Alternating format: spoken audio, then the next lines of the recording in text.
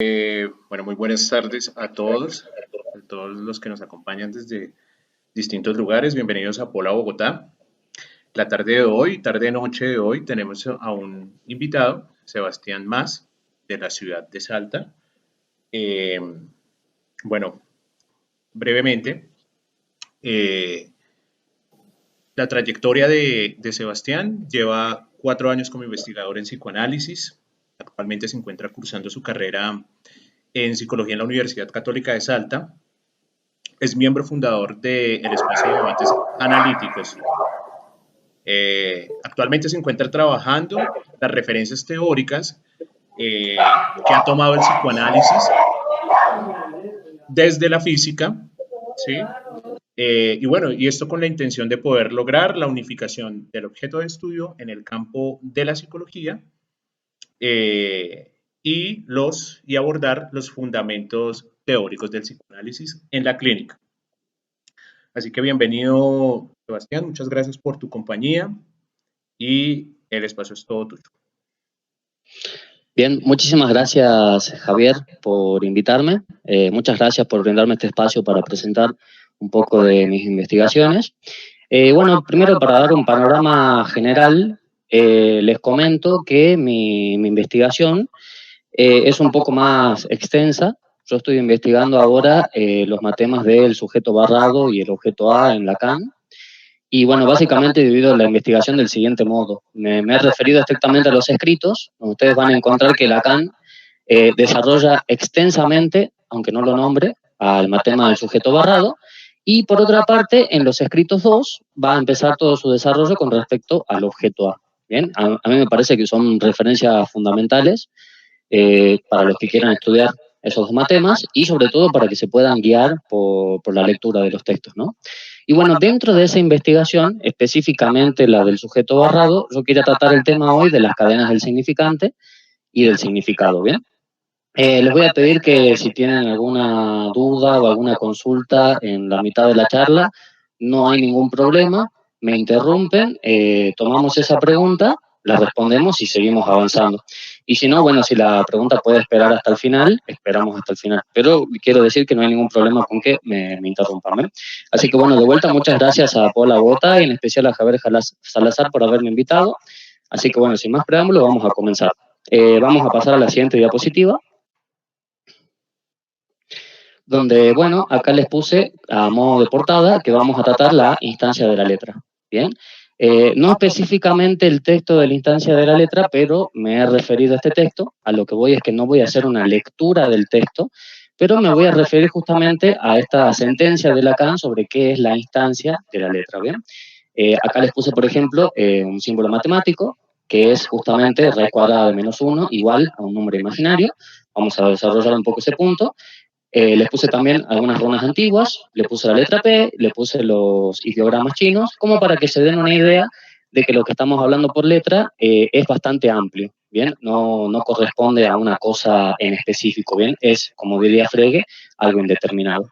Así que ahora vamos a pasar entonces a la siguiente diapositiva. Bien, y lo primero que vamos a abordar es la diferencia entre el animal y el humano, ¿bien? Específicamente la relación que tiene el animal con la realidad y la relación que tiene el humano con la realidad, ¿bien? Vamos a ir por cuestiones muy básicas. Antes de analizar esta diferencia, tenemos que hacer un repaso por lo que son las ecuaciones de grado, ¿bien? Una ecuación de grado es como nos enseñaban justamente en el colegio, en las escuelas, cuando tenemos una incógnita elevada a la potencia de tanto. Bien, yo acá entonces les puse el primer ejemplo, una ecuación de grado 1, es una ecuación que justamente tiene su incógnita elevado a la 1. ¿Esto qué quiere decir? Básicamente quiere decir que esta ecuación tiene solamente una solución. Como la incógnita está elevado a 1, quiere decir que solamente tiene una sola solución. Como es de grado 1, esto significa que tiene una sola solución. En este caso, la fórmula que habíamos puesto era 3x o 3 por x menos 6 igual a 0. Resolvemos y nos da 2. Van a encontrar que para esta ecuación no hay otra solución. Si ustedes ponen, por ejemplo, menos 2, no les va a dar, porque 3 por menos 2 les va a dar negativo, entonces no les va a dar la solución. Así que, por lo tanto, encontramos que en las ecuaciones de grado hay una sola solución, ¿bien? Y esta solución normalmente la van a encontrar dentro del conjunto de los números reales, ¿bien? Ya sea positivo o negativo.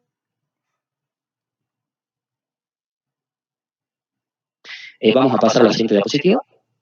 Bien, y a partir de esto, si se entendió, yo realmente lo único que quería que entiendan con esto es que esta ecuación de grado tiene una sola solución, nada más complicado que eso, y que esa solución se encuentra en la recta de los números reales, o sea, todos los números negativos y todos los números positivos. También los racionales y los irracionales, pero no nos vamos a meter ahí por ahora, no nos vamos a meter tan extensamente en matemáticas. Bien, con las ecuaciones de segundo grado pasa exactamente lo mismo. O sea, que dada la incógnita, tenemos una cierta cantidad de soluciones. Las ecuaciones de segundo grado, entonces, pasan a tener dos soluciones. ¿Bien? Pero bien, vamos a pasar a evaluar esta ecuación de grado que aparentemente parece tener una sola solución. ¿Bien? X elevado al cuadrado más 9 igual a 0. ¿Bien? Encontramos que, perdón, esta ecuación en realidad no tiene ninguna solución dentro de los números reales. ¿Bien? Esto es un punto muy importante porque esto es lo que les quería desarrollar un poco con el tema de la imposibilidad lógica matemática. ¿Qué quiere decir esto? Que justamente en esta ecuación de segundo grado, que se supone que tenemos que tener dos soluciones, dentro del conjunto de los números reales no aparece ningún número que nosotros podamos sustituir por X para que nos dé 0. Por ejemplo, si ponemos, supongamos que ponemos menos 3 elevado al cuadrado nos va a dar 9. Entonces, 9 más 9 nos va a dar 18, y 18 no equivale a 0. Y ustedes pueden seguir pensando números, los incentivo para que lo sigan pensando, y van a encontrar que no hay ninguna solución dentro del conjunto de los números reales. Entonces, ¿qué número de la recta del conjunto de los números reales podemos usar para resolver esta ecuación? Ninguno. Si necesitamos que la incógnita dé menos 9, descubriremos que es imposible hacerlo con los números reales, ya que todo número negativo que coloquemos será elevado al cuadrado, dando por resultado 1 positivo. Bien, o sea, si ponemos 1 negativo, el 2 de arriba nos va a dar lamentablemente positivo el número, entonces no vamos a dar con el número que necesitamos, que es un aproximativo a menos 9. Y lo mismo con cualquier número positivo elevado al cuadrado nos va a dar de vuelta un número positivo, y demostrando así que ninguno nos va a dar 9. Así que bueno, esta es una imposibilidad lógica matemática. Hasta ahora tenemos una imposibilidad de resolver esta ecuación y en teoría necesitamos dos soluciones. Así que bueno, vamos a pasar ahora a la siguiente viñeta. Este problema fue abordado por Gauss, uno de los genios de la matemática, ya que es uno de los primeros en que comprende la importancia de los números complejos, y de hecho él permite formar este conjunto. Y ante esta imposibilidad llegó ante una solución inédita, los números complejos. Gauss utilizó un número muy despreciado por los matemáticos hasta ese entonces, la raíz cuadrada de menos 1, ya que hasta entonces se pensaba que dicho número solo podía conducir a paradojas. Pero este matemático lo implementó para dar nacimiento a un nuevo conjunto de números que por definición diremos que no pertenecen al conjunto de los números reales. Bien, esto es muy importante. Vamos a utilizar esta definición nomás. Nosotros habíamos dicho hace un ratito que la ecuación anterior presentaba una imposibilidad dentro del conjunto de los números reales. Entonces, ante esta imposibilidad, Gauss dice, bueno, fundemos un nuevo conjunto de números que nos permita resolver esta ecuación. Entonces, acá van a encontrar que un aproximativo del resultado que necesitamos colocar en la ecuación anterior es 3 por i. Y si se acuerdan un poco de la portada como habíamos puesto, la raíz cuadrada de menos 1 es igual a un número imaginario, ¿bien? Yo hoy no voy a abordar tanto este tema de los números complejos, yo solamente les estoy dando una especie de introducción sobre cómo un imposible permite fundar conjuntos nuevos, ¿bien? Esta es una idea muy importante que tenemos que tener en cuenta para lo siguiente que voy a desarrollar, ¿bien? Pero entonces lo que les quería plantear, que entonces lo que vamos a utilizar para resolver justamente esta ecuación son números imaginarios, ¿bien? Ya que ningún número del conjunto de la recta de los números reales podemos usarlo, no podemos usar ninguno de esos. Así que bueno, ya saben, si no se entiende algo me detienen. Vamos a pasar ahora a la siguiente diapositiva. Bien, entonces, el tema de la imposibilidad y la creación de este nuevo conjunto, de este nuevo mundo, yo le llamo el salto cualitativo, que es una frase que tomo de Kierkegaard, porque Kierkegaard, cuando tiene que hacer la diferencia entre las relaciones animales y las relaciones humanas, dice que justamente lo que nos diferencia es como un salto cualitativo. Hay un cambio de clase en la forma en que tenemos de relacionarnos con la realidad, ¿bien? Yo no voy a abordar esto ahora, pero se los transmito de esta manera. Un animal tiene una relación directa e inmediata, o sea que no hay nada mediando entre el animal y el mundo, o sea que es una relación directa e inmediata, y en cambio la relación de los seres humanos con el mundo, con la realidad, es indirecta inmediata, o sea que está mediada por un campo, ¿bien? Está mediada por un universo distinto al universo que todos conocemos tridimensional, ¿bien? Vamos a seguir desarrollando un poco este tema entonces. Del mismo modo en que Gauss llegó a esta elegante solución, o sea, la de fundar un nuevo conjunto, nosotros utilizaremos la misma lógica para diferenciar el aspecto cualitativo que nos diferencia de los animales, que como les decía, la idea fue tomada de Kierkegaard. Vamos a suponer que existe una ecuación, de hecho, bueno, existe, la estoy trabajando, pero eso ya será para otra ocasión, con respecto al estadio del espejo. Vamos a suponer que existe una ecuación para la relación que tienen los animales con el medio circundante y que de hecho esta ecuación solo puede ser resuelta con números reales, ¿bien? Entonces imaginemos por 2 segunditos que la relación que existe entre los animales y la realidad está expresada por este conjunto de los números reales, ¿bien? Donde, si nos ponemos a pensar 2 segunditos, supongamos que la ecuación que nos permitiría entender la relación entre el ser humano y la realidad no puede ser resuelta por los números reales, ¿bien? Pero cuando empezamos a resolver estas ecuaciones, damos con una especie animal en particular, para lo cual los números reales no nos alcanzan para resolverla, la especie humana. Al igual que Gauss, decidimos entonces fundar un conjunto de números específicos para esta especie que nos permite resolver dicha ecuación. Vamos a pasar entonces a la siguiente diapositiva.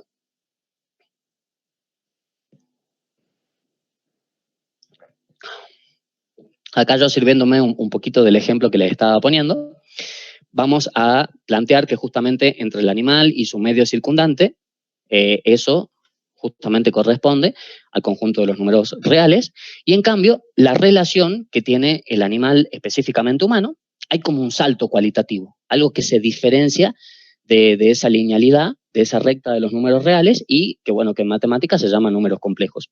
Yo esto también un poco la idea la tomé de Lacan, ya que Lacan plantea de que el sujeto equivale a raíz cuadrada de -1, y se me ocurrió que esta era una manera muy interesante de poder relacionar ese concepto con esta explicación que estoy teniendo, ya que específicamente, como habíamos planteado, la raíz cuadrada de -1 habilita un nuevo conjunto de números. Podíamos pensar justamente la diferencia con respecto al animal, ¿bien? Expresarla de este modo. Es completamente discutible, ¿no? Ustedes ya me dirán si les parece o no les parece. Este nuevo conjunto es lo que los gestaltistas llamaron insight. Y de acuerdo con Wolfgang Kahler, es nuestra capacidad de apercibir diseños de la realidad. Creo que el concepto de insight es uno de los conceptos más mal interpretados de la psicología. Realmente, ¿no? Porque insight se piensa como, bueno, hice insight. Nunca te lo terminan de definir qué es el insight. Es como que, sí, hice insight. Es como que sí, te lo entendí, pero no se trata de eso el insight. De hecho, hay todo un trabajo que hace Wolfgang Kahler y que justamente es citado por Lacan en el Estadio del Espejo, donde se plantea de que el insight es una capacidad completamente distinta que tiene el ser humano y que no tienen los animales, y que justamente es la capacidad de apercibir diseños en la realidad. Primero, ¿no? Apercibir no es percepción. Apercibir es un concepto completamente distinto a percepción. Percepción estaría más ligado a órganos biológicos. Apercibir ya estamos hablando de una formalidad. Bien, estamos hablando de que somos capaces de captar un contexto. Eso está probado que los animales no son capaces de captar con esa capacidad un contexto en un tiempo y un espacio. Ellos en realidad van captando momentos del presente, ¿bien? Ya podríamos hablar de condicionamientos, pero un condicionamiento no permite una percepción. Así que bueno, yo les recomiendo que lean el estudio de la mentalidad de los chimpancés de Wolfgang Kohler, donde justamente desarrolla este tema, pero siguiendo entonces con el concepto, a percibir diseños de la realidad, ¿bien? A percibir diseños. O sea, si yo abstraigo, por ejemplo, de una mesa la forma cuadrado, eso es algo que el animal no puede hacer. El animal no puede participar de esa intuición de la forma que tenemos nosotros. Por eso la percepción es un salto cualitativo que nosotros tenemos que tener en cuenta, ya sea que seamos psicólogos o psicoanalistas, para tener en cuenta cómo surge este mundo nuevo del ser humano, ¿bien? Y que está íntimamente relacionado con la instancia de la letra. Si me lo permiten, se los voy a demostrar. Fue comprobado por este psicólogo entonces que esta capacidad de percepción no se encuentra en ningún otro animal del mundo más que en nuestra especie, ¿bien? Así que bueno, vamos a pasar ahora a la siguiente viñeta. El cogito cartesiano, vamos a plantearlo de esta manera, es el antecedente del insight. Bien, ¿por qué los gestaltistas pueden plantear una cuestión como el insight? Porque ya hace 500 años Descartes ya había planteado el cogito cartesiano. Bien, entonces esto es un punto muy importante a tener en cuenta. El insight no es puramente un invento, no es puramente un descubrimiento de la Gestalt, sino es el efecto de que ya en la ciencia moderna existía un antecedente. Bien. Bien, entonces el antecedente del insight debe ser rastreado en los comienzos de la ciencia moderna con Descartes. Todos conocemos el resultado al que llegó Descartes con su duda metódica. Cogito, ergo, sum. Pienso, por lo tanto, existo. Algunas veces se dice luego, y por ahí luego es como que se le añade una cuestión de tiempo. Es como que primero pienso y después existo, o después primero existo y después pienso, pero yo se los propongo que lo pensemos en sincronicidad. O sea, que al mismo tiempo que estamos pensando, existimos, ¿bien? Por eso le cambié por el por lo tanto. Pero muy pocos recuerdan cómo Descartes prosigue esta meditación. Ubi cogito, ibi sum. Donde pienso, allí existo. O sea, es muy importante tener en cuenta esto, porque normalmente los positivistas, ¿cómo traducen la fórmula del cogito cartesiano? Ellos traducen que nosotros pensamos porque existimos. Bien, o sea, es nuestra existencia animal, dicen ellos, la que nos permite pensar. Y los animales, en todo caso, nosotros no sabemos si piensan, porque tienen como lenguajes como muy disminuidos o muy pocos desarrollados y no les da la capacidad para charlar con nosotros. Entonces yo lo que les quiero comentar es que no podemos pensar el cogito cartesiano en ningún otro animal más que en nosotros, ¿bien? Y que además ese cogito cartesiano nos habilita una existencia completamente distinta a la del animal. Bien, las referencias del espacio-tiempo, como les decía, eso ya nos habilita una existencia completamente distinta a la del animal. Eso es muy importante tener en cuenta, ¿bien? Puede ser una extremada sutileza esta continuación y sin embargo nos permite inaugurar todo un mundo nuevo. La frase de Descartes es interpretada de mala manera, dado que pensamos entonces que es por nuestra existencia que pensamos.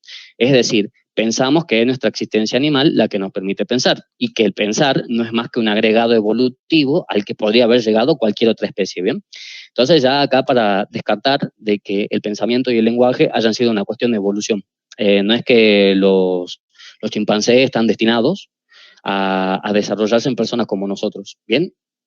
Ha habido una disrupción, ha habido un cambio radical en nuestra evolución que ha permitido justamente ese salto cualitativo. Tanto es así que es muy dudoso hablar de que nosotros sigamos siendo animales en un sentido puro, ¿se entiende? Ya no seríamos puramente animales, ¿no? Por eso todos los intentos de Lacan de fundar este neologismo, ¿no? El parletre, hablante ser, justamente se relaciona con eso, ¿no? De cómo hablar de una entidad completamente nueva que está justamente atravesada por el lenguaje. ¿Bien? Bueno, vamos a pasar entonces ahora a la siguiente diapositiva. Bien, entonces, con todo este desarrollo, lo que yo les quiero plantear es que el pensamiento origina una nueva existencia, ¿bien?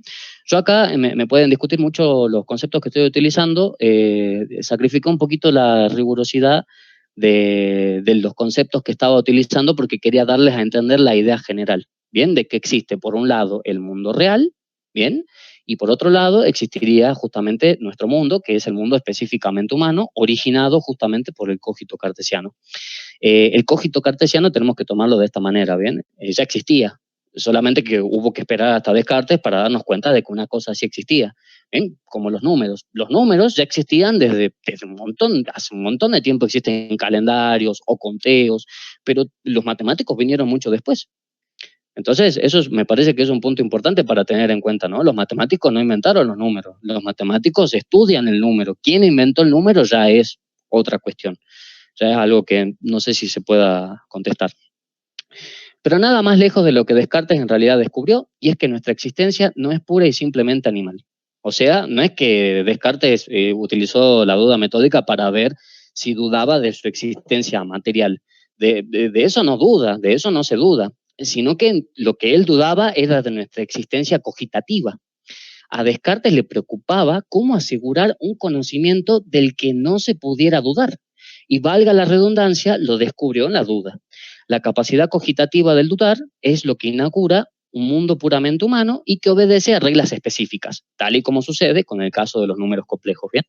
Por eso entonces yo ponía la relación de los números complejos con el cogito cartesiano y la raíz cuadrada de -1 en Lacan, porque justamente esta relación de conceptos nos permite fundar la idea de un conjunto nuevo, ¿bien? De una realidad nueva de la cual los animales no participan. Podemos utilizarla para domesticarlos, pero ellos igual no tienen el sentido, ¿bien? O sea, nosotros podemos establecer ciertos arreglos con el animal, pero de todas maneras el animal no los entiende y hasta cierto punto es como que nosotros se lo imponemos al animal, entonces no es como muy justo, ¿no? No los entienden, así que no lo podríamos plantear al animal como del mismo estatuto que nosotros, no tienen esa cualidad, es una cualidad distinta. Bien, vamos a pasar entonces ahora a la siguiente diapositiva. Ahora, si se entendió todo este recorrido, me gustaría entonces empezar a hablar un poco de la instancia de la letra. Si ustedes más o menos empiezan a relacionar un poco las ideas que les vine planteando, se van a dar cuenta de que para habilitar el campo de los números complejos, yo tuve que fundar una letra, que era justamente raíz cuadrada de -1, ¿bien? Entonces ahora lo que quiero hablarles un poco es un poco más de estas propiedades de la letra. Ya planteamos una primera propiedad que es la de originar un mundo nuevo, ¿bien? O sea, ya la letra en sí es un mundo nuevo. Pero además, ¿qué nos habilita? Ahora que ya tenemos en cuenta la existencia de este mundo paralelo, vamos a analizar una función fundamental que tiene sobre la naturaleza, la captura formal. La partícula más simple de este mundo es la letra, y tal como lo definió Gottlob Frege, es un símbolo indeterminado que hace de las veces de cualquier número o constante, ¿bien? Por ejemplo, si yo escribo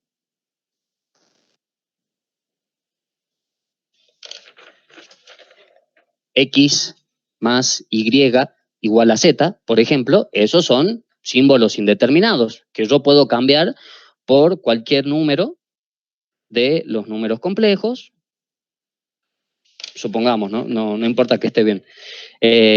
Puedo cambiarlo por cualquier número de los números complejos, de los números reales, o puedo intercambiarlo por el número que yo quiera, ¿bien? Porque eso es lo que me habilita la ecuación. Y eso es lo que trata al principio de su conceptografía Gottlob Frege, sobre justamente la indeterminación de la letra. La indeterminación de la letra tiene la capacidad de ser y no ser al mismo tiempo. O sea que la letra no es ningún número en particular, pero al mismo tiempo la letra me habilita a que yo pueda sustituirla por un número en particular, ¿bien? Por eso digo que tiene la capacidad de ser y de no ser. Una letra, entonces, es un elemento indeterminado al que podemos sustituir con básicamente cualquier otro elemento que queramos. Esa es su función principal, la de no ser ningún número en particular para convertirse en cualquiera de ellos. Bien, por eso les hablaba de esta particularidad del ser y del no ser. Así que bueno, el efecto de captura vamos a ir desarrollándolo, pero primero tenía que desarrollar un poco este concepto de Gottlob Frege. Vamos a pasar ahora a la siguiente diapositiva.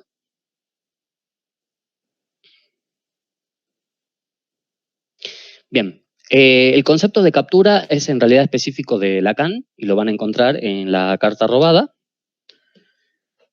Si me permiten 2 segunditos. Yo la verdad que no acostumbro a citar en investigaciones porque, bueno, me parece que la lectura ya le corresponde a cada uno en su propia casa y yo no estaría hablándole ante ustedes para simplemente ponerme a leer citas que ustedes pueden leer en su casa, ¿bien? Pero les voy a dar la página, página 55, y la van a encontrar en los escritos, en la edición del siglo XXI, justamente en el texto de la carta robada. Y lo que les voy a plantear justamente es lo del efecto de la captura, ¿bien? Jacques Lacan da un paso más en esta definición de letra y le atribuye a la letra la capacidad de capturar los objetos de la realidad, con el fin de anular sus propiedades naturales para someterlos a las condiciones de los símbolos. Esta definición se encuentra precisamente en el origen del mundo humano. Vamos a pasar a la siguiente diapositiva para justamente explicar esto. Bien, la letra es la puerta de entrada a un nuevo mundo, ¿bien? Y yo les había dicho que lo que permite la letra es justamente capturar un objeto de la realidad, cancelar las propiedades naturales y someterlo a las condiciones de los símbolos, ¿bien? Hace más de 10.000 años se fabricaron los primeros calendarios, que consistían en un conjunto de letras que permitían medir las interacciones entre el Sol y la Luna. Gracias a esta medición, nuestros ancestros fueron capaces de delimitar esta interacción en dos estados, el día y la noche. Bien, entonces, por un lado tenemos los objetos naturales, el Sol y la Luna, y por el otro lado tenemos las condiciones de los símbolos. O sea que cuando sale el Sol, eso es el día, y cuando sale la Luna, eso es la noche. Bien, o sea, día y noche ya son los símbolos, o sea, el día y la noche no están en la realidad. El día y la noche son los símbolos que nosotros suponemos en la realidad para darnos una idea de cómo opera, para capturar esa realidad en nuestros símbolos. Es como si nosotros con los símbolos fundáramos como una especie de red sobre la realidad, y en la medida que esta red es lo suficientemente finita, eso le da una definición Popper, nos permite captar más objetos. Bien, bueno, esta red tiene, vamos a decirlo así, dos cruces, día y noche. Y esos dos cruces nos permiten justamente capturar al Sol y la Luna, cancelando sus propiedades naturales, porque ya no nos importa si son planetas o si son satélites, no nos importa que sean gigantes celestes en el espacio. Lo que nos importa es cuándo salen y cuándo se ocultan. Bien, eso es lo que quiere decir que cancelamos las propiedades naturales de los objetos. Bien, y esto fíjense que es de una importancia, bueno, muy importante, porque lo que nos permite justamente es una anticipación de sentido. Yo no digo que no sea obvio que cuando se oculta el Sol sale la Luna y cuando sale la Luna se oculta el Sol, pero lo que no es obvio es, por ejemplo, las estaciones, porque para eso tendríamos que haber hecho toda una medición muy rigurosa de cuándo sale el Sol, cuándo sale la Luna, ¿bien? Para justamente llegar a esas conclusiones un poco más grandes, ¿no? Entonces, fíjense todos los avances que va proponiendo al pensamiento esta captura de los símbolos, ¿bien? Entonces, un poco para ir recapitulando, desde Gottlob Frege, la letra es un elemento indeterminado que puede valer cualquier cosa. Y desde Lacan, la letra nos permite capturar objetos en la realidad, cancelar sus propiedades naturales y someterlas al conjunto de los símbolos, ¿bien? Que no es otra cosa que lo que hacen ingenieros, físicos, matemáticos, médicos, todo aquel que usa una fórmula. Si yo voy, por ejemplo, al almacén y tengo que comprarme un paquete de cigarrillos, yo por lo menos tengo que saber suma y resta para saber cuánto me tiene que dar devuelto. O sea, ya no importa si hay paquete de cigarrillos o plata. Si yo no tengo la fórmula, no puedo realizar esa transacción. Y bueno, y estoy a la merced de la buena fe del vendedor a que me quiera dar bien o mal el vuelto, ¿no? Entonces, para que nos demos cuenta un poco de cómo opera este mundo todo el tiempo en nuestra realidad y muchas veces sin darnos cuenta, ¿no? Mucha gente dice, no, bueno, pero a mí las matemáticas no me importan, que a mí las matemáticas no me sirven, y realmente eso no importa porque todo el tiempo en realidad está usando matemáticas.